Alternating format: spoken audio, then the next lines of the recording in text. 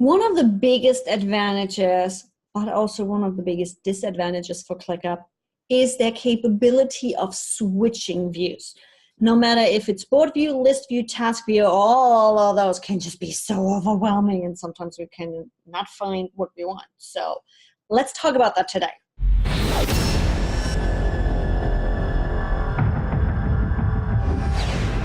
Hi everybody, it's Yvonne with Ask Evie, and if you are looking to get help with business efficiency, no matter if that is mindset and just getting over ourselves, if it's tools, or if it's ways to automate and streamline your business, you are perfect right here on my YouTube channel because that's what we're talking about.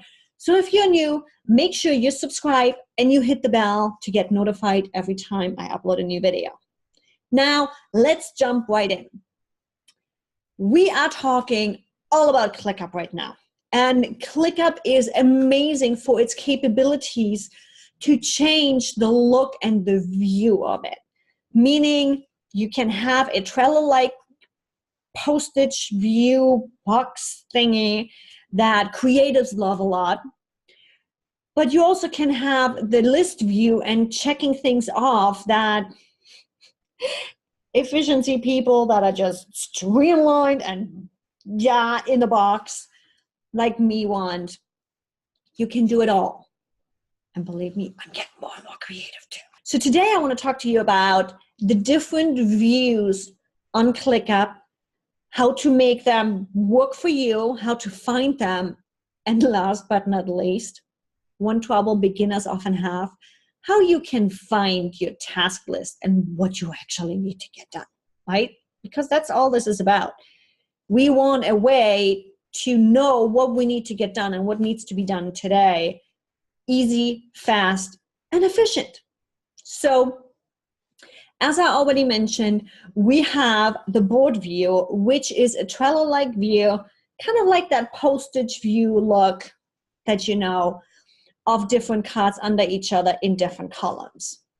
We also have a list view, which is more Asana-like before they brought in the board view. That is lists and check off and that kind of thing.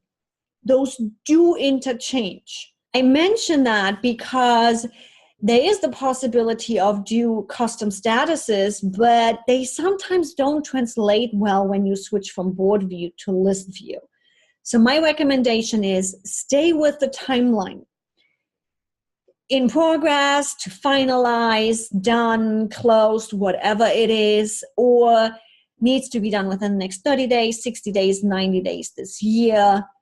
Stick with statuses in a timeline. Those usually 95% of the time work the best.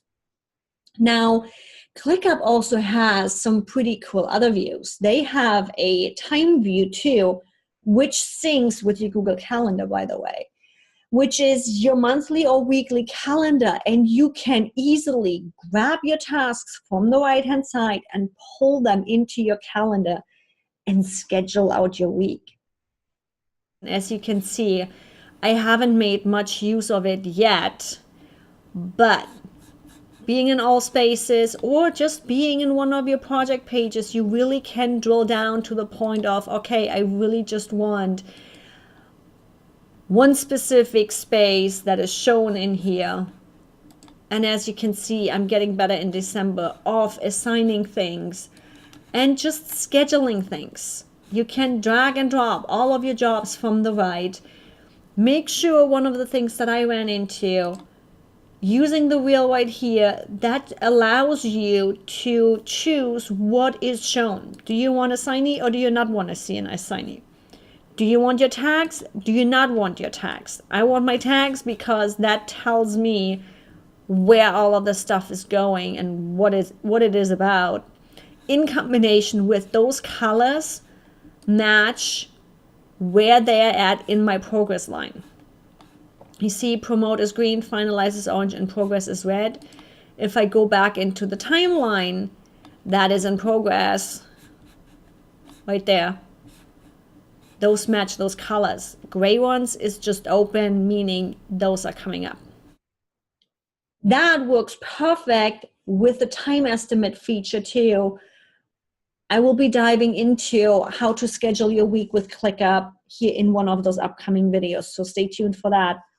Remember, subscribe and hit the bell to be notified when that's coming up. And then last but not least, when push comes to shove, at the end, we just want a simple task list. I want to know, what do I need to get done? What is high priority? What do I need to do now to stay on task with all of that?